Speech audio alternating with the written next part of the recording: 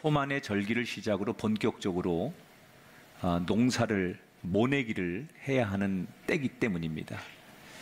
농부가 이 소만이라는 절기를 전후해서 모를 심어야지 조금 귀찮다고 미루거나 나중에 하면 벼가 충분히 자라지 못하기 때문에 우리 조상들은 지혜롭습니다. 모내기를 해야 할 때 24절기를 딱 구분해 놓고 소만이라는 절기 딱 여기에 오면 요때 모내기 하는 거고, 또 농사를 시작할 때는 언제, 모내기를 할 때는 언제, 벼를 벨 때, 보리를 수확할 때, 이 농사의 때를 놓치지 않기 위해서 24절기를 만들고 지켜왔습니다.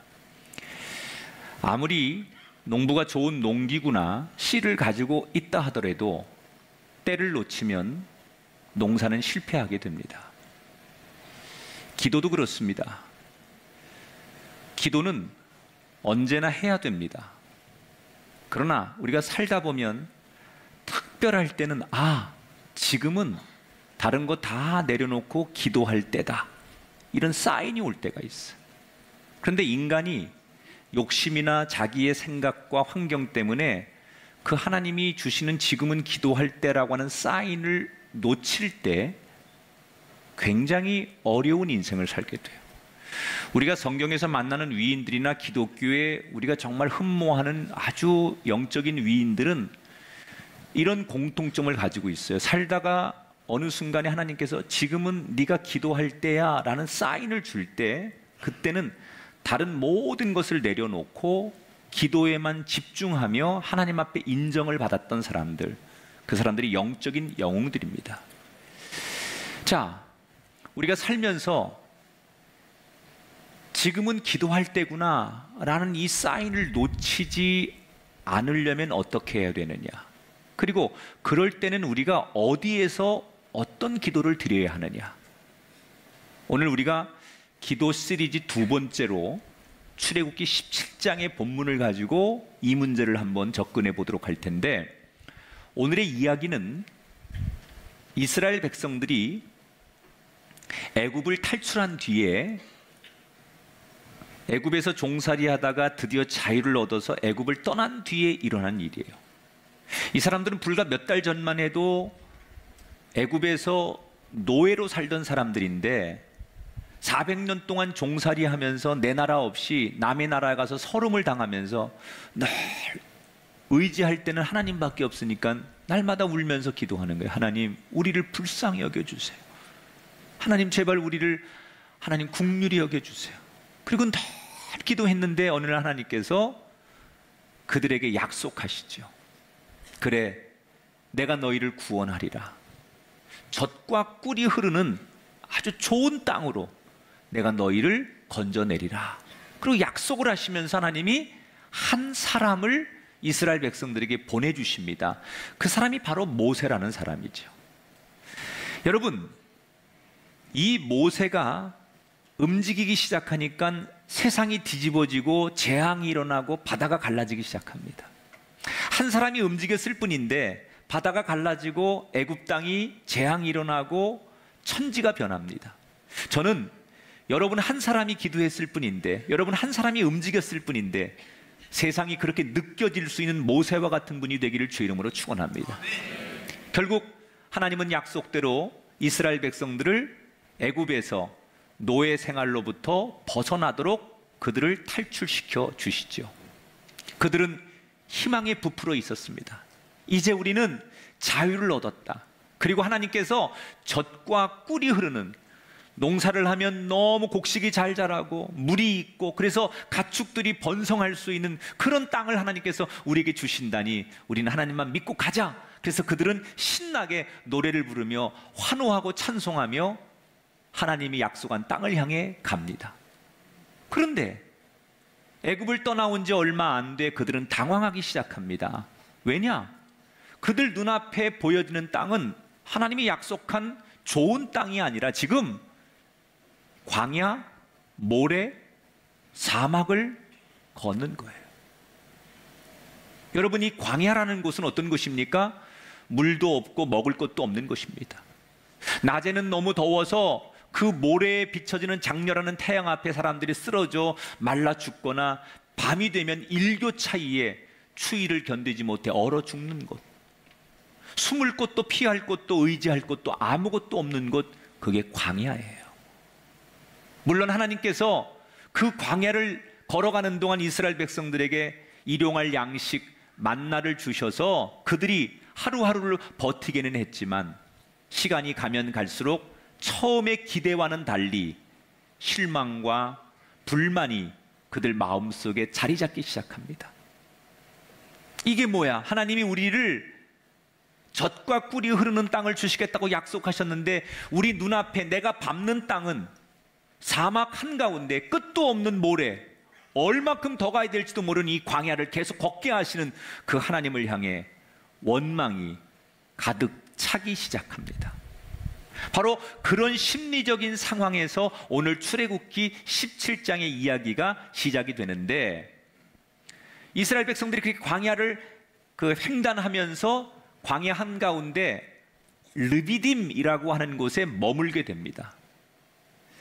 낮이 되면 짐을 싸가지고 아이들을 데리고 가축을 끌고 그 수백만 명이 그 광야를 행진하다가 저녁이 되면 쉬어야 될 마땅한 장소를 정해놓고 거기서 대충 잠을 자고 또 다음날 출발하는 거예요.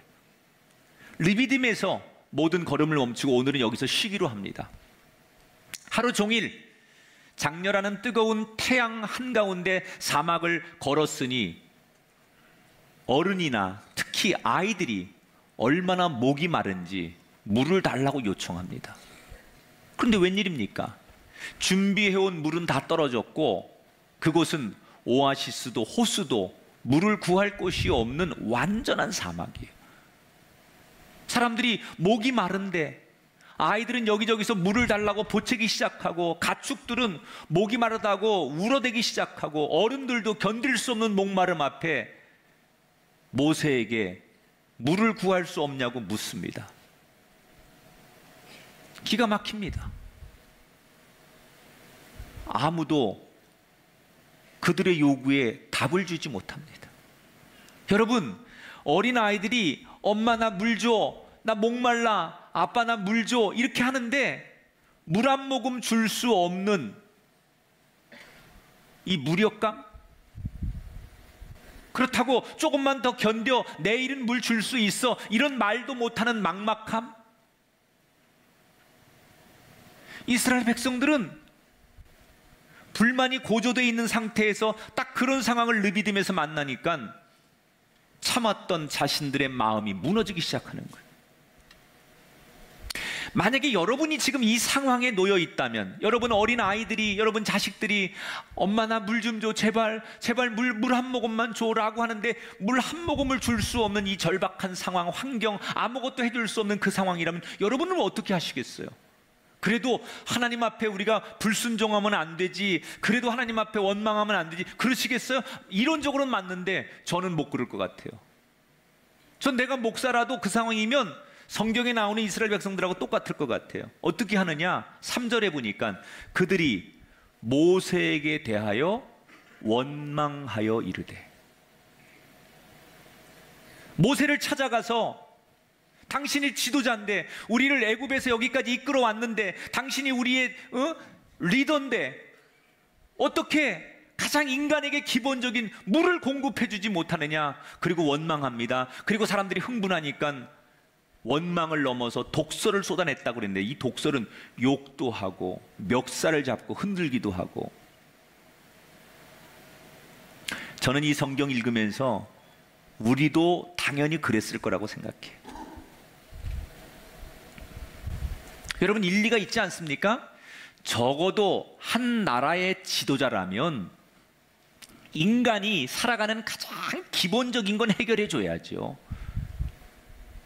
그들을 이끌고 이 광야를 횡단해야 된다면 적어도 리더라면, 한 나라의 지도자라면 식수 문제 정도는 해결할 수 있어야죠. 그래서 여행하기 전에 적어도 이 사막을 횡단하는데 며칠이 걸릴 거고, 어디쯤 가면 오아시스가 있고 어디쯤 가면 호수가 있고 어디쯤 가면 물을 만날 수 있으니 그런 여정을 계획표대로 짜가지고 여기 가서 이틀 만에 물을 공급하고 여기 가서 3일 만에 물을 공급, 뭐 좀 돌아가더라도 그렇게 리더가 군중들을 안전하게 그리고 물을 먹을 수 있는 곳으로 이끌어서 갔어야지, 무슨 놈은 리더가, 지도자가 어린아이들이 물을 달라고 하고 가축들이 물을 달라고 하는데 물 한 방울 줄 수 없는 그런 길로 인도해가지고 이 사막 한가운데서 모두가 굶주려 목말라 죽게 만드는 이런 비참한 지경에 이르게 만드냐는 거예요.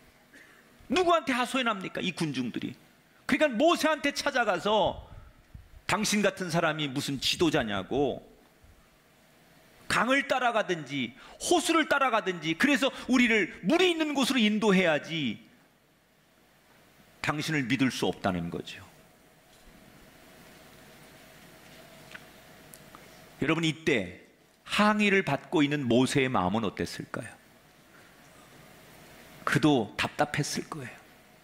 자기에게 맡겨진 이스라엘 백성들 목이 마르다고 아우성을 치는데 아무런 능력도 없고 이 광야 한복판에서 지금 물을 구할 방법도 없습니다. 문제는 너무 큰데 방법이 없는 막막함, 답답하기는 모세도 마찬가지. 이스라엘 백성도 답답하고 막막하고 모세도 답답하고 막막합니다. 똑같은 상황입니다. 그런데 백성들은 이 답답함과 막막함을 사람에게 찾아가서 원망하고 사람에게 찾아가서 해결하라고 요청하지요. 그런데 모세는 똑같은 이 상황에서 어떻게 하느냐? 4절에 모세가 이 위기를 탈출하는 지도력, 아주 히든 카드 하나가 나와요. 4절을 읽어보세요. 시작. 모세가 여호와께 부르짖어 이르되, 따라합시다. 여호와께 부르짖어 이르되. 자, 모세는 답답하고 막막한 상황이 오자 너무나 당연하다는 듯이 사람들을 모아놓고 원탁회의, 무슨 참모회의, 대책회의, 그게 아니라 뭘 했다고요? 하나님 앞에 그때 기도하기 시작했다는 거예요. 이스라엘 백성들은 똑같은 상황에서 사람들을 찾아가서 사람에게 해결해 달라고 하고 사람에게 원망하고 사람에게 도움을 구했지만 모세는 원망을 해도 하나님께 하고 도움을 구해도 하나님께 구하는 거예요. 한쪽은 사람에게 구하고 한쪽은 하나님께 구했어요. 여러분, 비슷한 것 같지만 다릅니다. 도움을 구해야 되는데 한쪽은 사람들한테 도움을 구하고 한쪽은 하나님께 구했는데 결과가 달랐어요.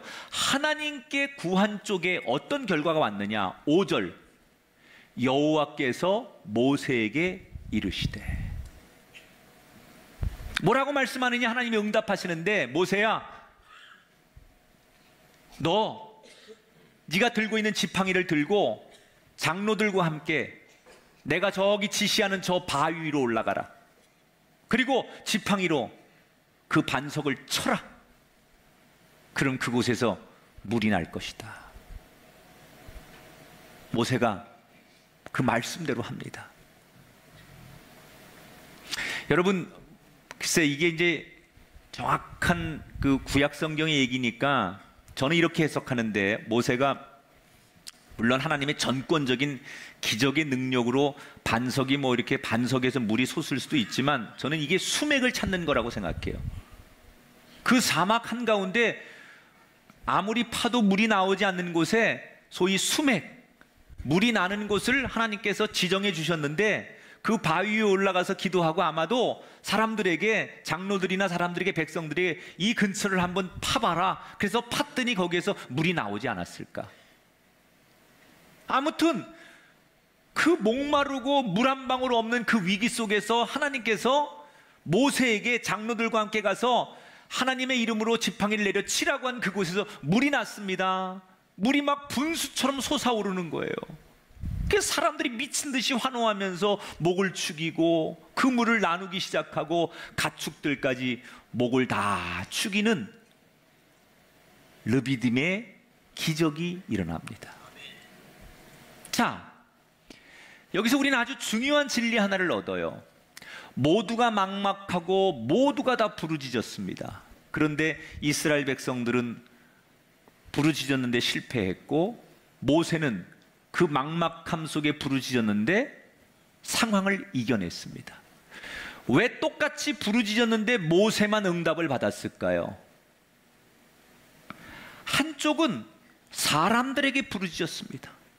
사람들에게 해결해달라고 하고, 사람에게 살려달라고 하고, 사람에게 방법이 없냐고 하고, 사람에게 도와달라고 했습니다. 그런데 한쪽은 사람에게 도와달라고 하지 않고 하나님께 나가서 도와달라고 했고, 하나님께 의지했습니다.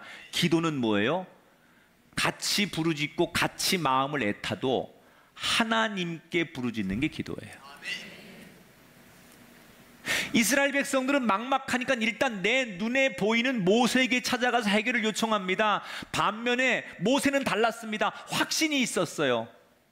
이렇게 위기의 순간이 오면, 이렇게 절대절명의 어려운 순간이 오면 지금은 기도할 때구나 라는 것을 모세는 느낀 거예요.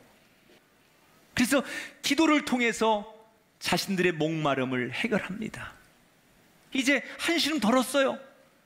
아주 가장 기본적인 목마름을 해결해 줬으니 이제 됐다, 그리고 안심을 하고 있는데, 오늘 성경에 이 목마름보다 어찌 보면 더 큰 위기가 그들에게 닥치지요.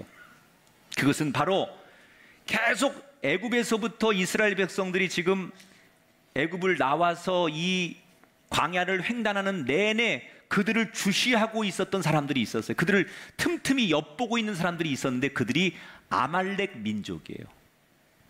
이 사람들은 계속 지금 이스라엘 백성들을 계속 관찰하고 있었던 사람들이에요. 이 아말렉이 족속은 어떤 사람이냐면, 광야에 살면서, 사막에 살면서 약탈을 전문적으로 하며 살고 있는 그 아주 호전적인, 싸움을 잘하고 정말로 그 누군가를 침략하고 약탈하는 데 전문가들이에요. 아주 뭐 기습 공격을 잘하고 싸움을 잘하고 이런 데 능숙한 이 사람이 아말렉 부족인데, 이 사람들이 계속 이스라엘 백성들의 행렬을 지켜보고 있는 거예요. 저 사람들이 애굽에서 그래도 뭔가 재산이 될 만한 걸 들고 나왔을 거고, 저 사람들이 가축들 끌고 나왔는데 저걸 다 뺐으면 큰 돈이 되거든요. 그리고 거기에 아녀자와 어린아이들 데려다가 노예로 삼거나 약탈할 꿈이 있었던 이 호전적인 아말렉 족속들은 틈틈이 저 이스라엘 백성들이 틈만 보이면 공격하려고 항상 관찰을 하고 있었어요. 그런데 조금 전 그 르비딤에서 한바탕 모세에게 아우성을 치고 이 목마른 문제 때문에 난리법석을 떨면서 지금이 찬스라고 생각한 아말렉 족속이 기습 공격을 감행하기 시작합니다.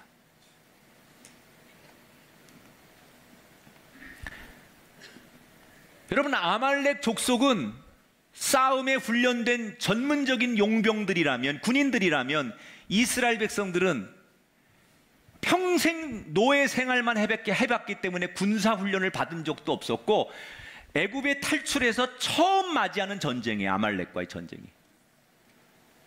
전쟁을 해본 적도 없어요. 군사훈련을 받아본 적도 없어요.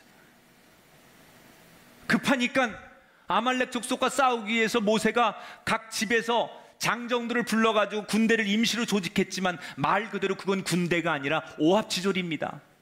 변변한 무기도 훈련도 받지 않은 그들이 무슨 싸움을 하겠습니까? 앞에 나섰지만 그 아말렉 족속 얘기만 들어도 오금이 저려서 용기가 나지 않는 있으나 마나한 이스라엘 군대. 이 절대절명의 위기 앞에서 모세가 어떤 지도력을 발휘하느냐? 여러분, 자, 이런 걸 배우셔야 돼요. 성경에서 모세는 자기가 혼자 다 하지 않아요. 협력의 리더십을 여기서 써요. 일단 사람들을 모아놓고 오합지졸이긴 하지만 이걸 가지고 최선을 다하는데, 우선 여호수아라고 하는 젊은 장수를 딱 뽑아가지고 이 군대를 맡깁니다. 네가 나가서 전쟁을 진두지휘해라. 자기가 하지 않는다는 거예요. 성경에 여호수아라고 하는 인물이 갑자기 등장합니다. 출애굽기 17장에 처음 등장하는 거예요. 이 뒤에는 여호수아 이름이 많이 나오지만 성경에 여호수아라는 이름이 출애굽기 17장에 처음 등장해요. 역사적으로. 이 여호수아가 누군지 몰라요. 다만 모세가 봤을 때는 젊고 유능하고 신실했기 때문에 이 젊은 여호수아를 전쟁의 장수로 뽑아서 네가 전쟁을 하라고 내보내죠. 그리고 모세는 나는 기도하겠다고 하고 그 자리를 떠납니다. 여러분, 여기서 이상한 건 기도하는 것까진 좋은데 지금 이 전쟁의 성패에 따라서 이스라엘 백성들의 운명이 결정되는 이 중대한 시기에 무조건 이겨야 되는데 모세가 지금 이 전쟁이 한창 벌어지는 현장을 떠나서 다른 데 가서 기도하고 있다는 게 말이 됩니까? 우리 같으면 기도를 해야 된다면 그 이스라엘 진영에 남아서 남편을 전쟁터에 보내고 아빠를 전쟁터에 보내서 오늘도 조마조마하는 그 남은 가족들에게 위에서 위로하면서 기도해주면서 그들에게 함께 기도하자고 말하는 게 당연하지요.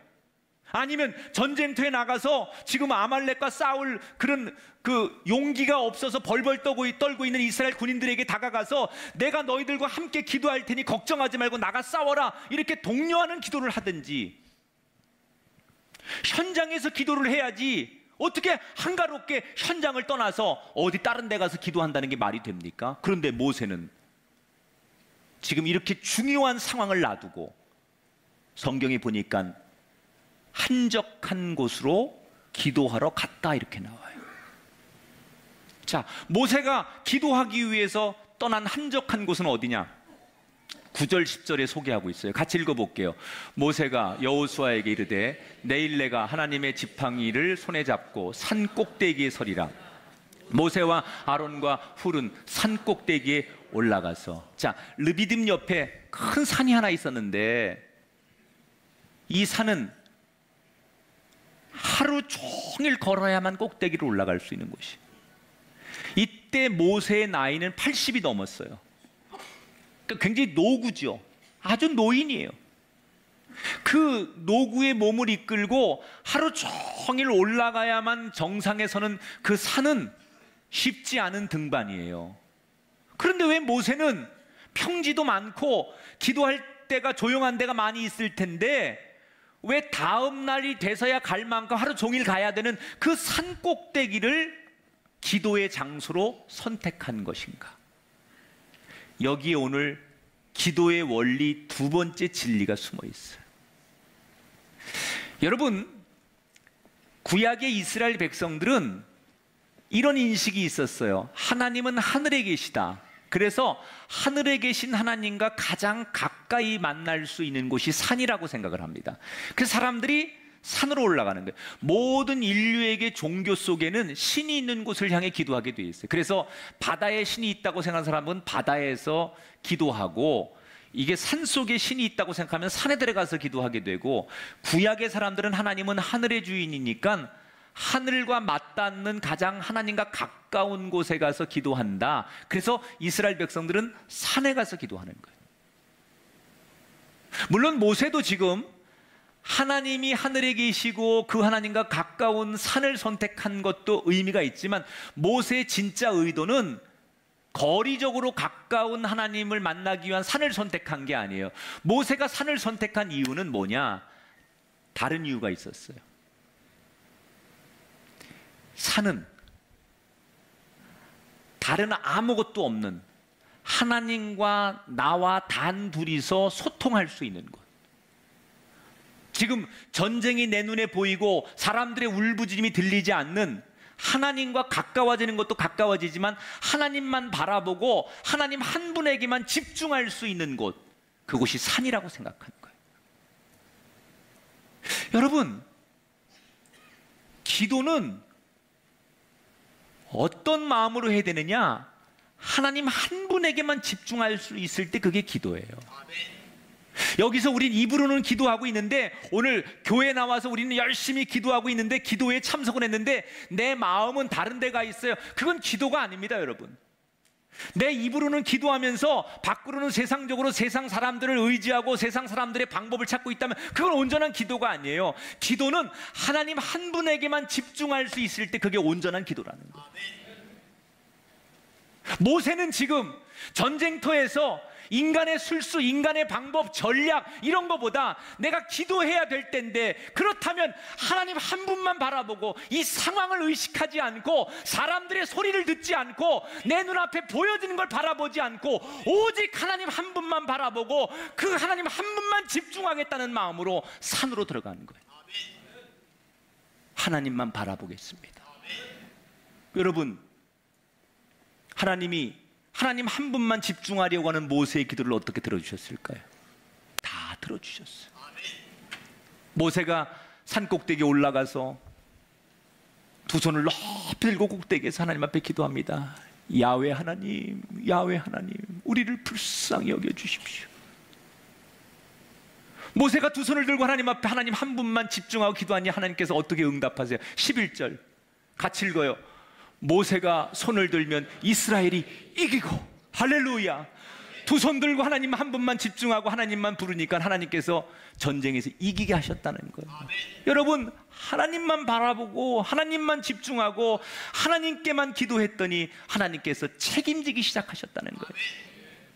할렐루야. 우리의 인생을, 여러분의 가정을, 여러분의 삶의 자리를 하나님이 책임지시도록 만들어야죠. 그건 하나님께 집중하는 거예요. 그동안 우리의 잘못됨은 바로 그런 거예요. 우리가 기도 안 한 게 아니에요. 신앙생활 안 한 게 아니에요. 하나님의 이름을 안 부른 게 아니에요. 그런데 우리는 하나님 한 분께만 집중한 게 아니라 다 걸쳐놓는 거예요. 기도도 하면서 세상에 나가서 세상 방법도 의지하고 여기 와서는 하나님을 찾고 저기 가서는 다른 신을 찾고, 만약에 그것이 우리의 기도였다면 그건 기도가 아니라는 거예요. 하나님 한 분께만 집중하는 기도. 그런 자리가 중요하다는 거예요. 따라합시다. 내가 하나님께 집중하면 하나님은 내 인생을 책임지십니다. 할렐루야. 말씀을 정리합니다. 기도는 언제나 해야 합니다. 그러나 절대로 놓쳐서 안 되는 기도의 때가 있습니다. 이때 놓치면 안 돼요. 이 타임을 놓치면 안 돼요. 지금은 엎드려야 될 때고, 지금은 하나님 앞에 부르짖을 때고, 지금은 금식해야 될 때고, 지금은 야훼 하나님의 이름을 불러야 될 때인데 그때를 놓치면 안 돼요. 그때가 언제입니까? 여러분 인생에 위기가 왔을 때, 사람으로부터 배신과 상처가 왔을 때, 막막할 때, 그때는 기도할 때예요. 아무 데서나 기도하는 게 기도가 아니라 내 마음을 하나님께 집중할 수 있는 자리, 그 자리로 갈 때 여러분의 기도가 응답받을 줄 믿습니다. 부모는 자식이 아무리 전화 많이 해도 귀찮아하지 않아요. 하나님은 우리가 아무리 자주 하나님의 이름을 부르고 기도해도 귀찮아하지 않아요. 오히려 기뻐하십니다. 이번 한 주간 많은 분들이 지금은 내가 기도할 때야, 지금은 우리 가정이 기도할 때야. 그래서 기도하기에 가장 좋은 곳에서 온전히 하나님께 집중하며 기도하셔서 절대절명의 위기 앞에서 하나님의 도움과 은총을 입는 기도의 사람들 되시기를 주님의 이름으로 축원합니다. 마지막으로 이스라엘 백성들이 아말렉과의 전쟁에서 이겨요. 그 하나님께서 너무 감격하는 이스라엘 백성들에게 거기서 제단을 쌓고, 제단이 어디 있어요? 돌 하나 갖다 놓고 거기서 하나님 앞에 그걸 제단 삼아서 하나님 앞에 제사를 드리죠. 우리를 이 아말렉과의 전쟁에서 이기게 하신 하나님 감사합니다. 그러면서 거기서 광야에서, 사막에서 임시 제단을 쌓고 제사를 드려요. 감사의 제사를. 그리고 그 제단을 뭐라고 불러요? 여호와 니시라고 불렀어요. 여호와 니시라는 말은 하나님의 깃발이라는 얘기. 깃발. 여러분, 전쟁하는 사람들이 깃발을 세우죠. 우리는 어디 소속이라는 거예요. 깃발은 자기의 소속을 말하는 거예요. 여기서 깃발을 세웠어. 여호와 니시라는 말은 이제부터 너희들은 하나님의 속한 백성, 하나님의 속한 군인들이라는 깃발을 세웠다는 거예요. 왜 제가 이 말씀 드리냐? 우리가 살아가는 인생이 여러분 광야예요. 얼마나 많은 사람들이 우리를 호시탐탐 노리고 있는지 몰라요. 이렇게 질문하지 여기 어떤 분들이. 왜 하나님을 믿는 사람들이 고통이 있습니까? 그건 우리가 이 세상에 살기 때문에 그래요. 이 세상은 하나님의 다스림도 있지만 하나님을 인정하지 않는 악한 영들이 함께 공존하는 게 이 세상이에요. 그래서 이 세상에서 우리가 예수 그리스도를 믿음으로 구원받아서 구원을 받은 사람만이 하나님 나라에 갔을 때 거기는 죽음도 질병도 실패도 미움도 분노도 없는 영원히 사는 영생의 천국이 그곳엔 존재하는 거예요. 그러나 이 땅에 사는 동안에는 하나님의 다스림만 있는 게 아니라 악한 영들이 아말렉처럼 호시탐탐 하나님의 백성인 줄 알지만 우리를 엿보고 틈만 보이면 우리에게 도전해오고 약탈하고 공격하는 게 이 세상이에요. 그래서 어떤 가정은 경제적인 문제를 만나고 어떤 인생은 질병을 만나기도 하고 어떤 사람은 가정에 여러 가지 자녀 문제로 인해서 풍파가 오기도 하고 그게 다 수없이 우리 인생 앞에 도전해오는 아말렉들이라는 거예요. 그런데 하나님이 단을 쌓고 여호와 니시라고 말씀하신 건 뭐예요? 아말렉이 지금은 전쟁에서 졌지만 다시 또 전열을 정비해서 또 이스라엘을 틈타서 쳐들어올 거예요. 그때마다 하나님께서 이번에 전쟁에 이긴 것처럼 너희들이 여호와 니시라는 깃발을 높이 올려 세워라. 나는 하나님의 백성이고 우리는 하나님의 사람이고. 할렐루야. 그래서 아말렉이 다시 공격해와도 여호와 니시라는 깃발을 내걸고 싸우면 오늘 이겼던 것처럼 내일도 이기고 다음에도 이기는 승리자가 될 것이다. 그래서 여호와 니시라는 말씀을 출애굽기 17장에서 우리에게 주신 거예요. 여러분 모두 여호와 니시가 되시길 바랍니다. 여러분 가정에 여호와 니시의 깃발을 드시기 바랍니다. 여러분 사업장에, 여러분 인생의 노년에, 여러분 질병과 시험과 염려와 인생의 고난 앞에서 막막할 때 여호와 니시의 깃발을 드십시오. 나는 하나님의 백성이다. 나는 하나님의 사람이다. 나는 하나님이 축복하는 사람이다. 나는 하나님의 용사다. 그러면 우리 가정과 우리 인생을 공격해오는 아말렉의 공격 앞에도 여호와 니시의 깃발을 든 우리를 그 누구가 넘지 못하도록 하나님의 보호하심이 여러분 인생에 펼쳐질 줄 믿습니다. 이번 한 주간 여호와 니시의 간증이 있는 기도의 승리자들이 되시기를 주님의 이름으로 축복합니다.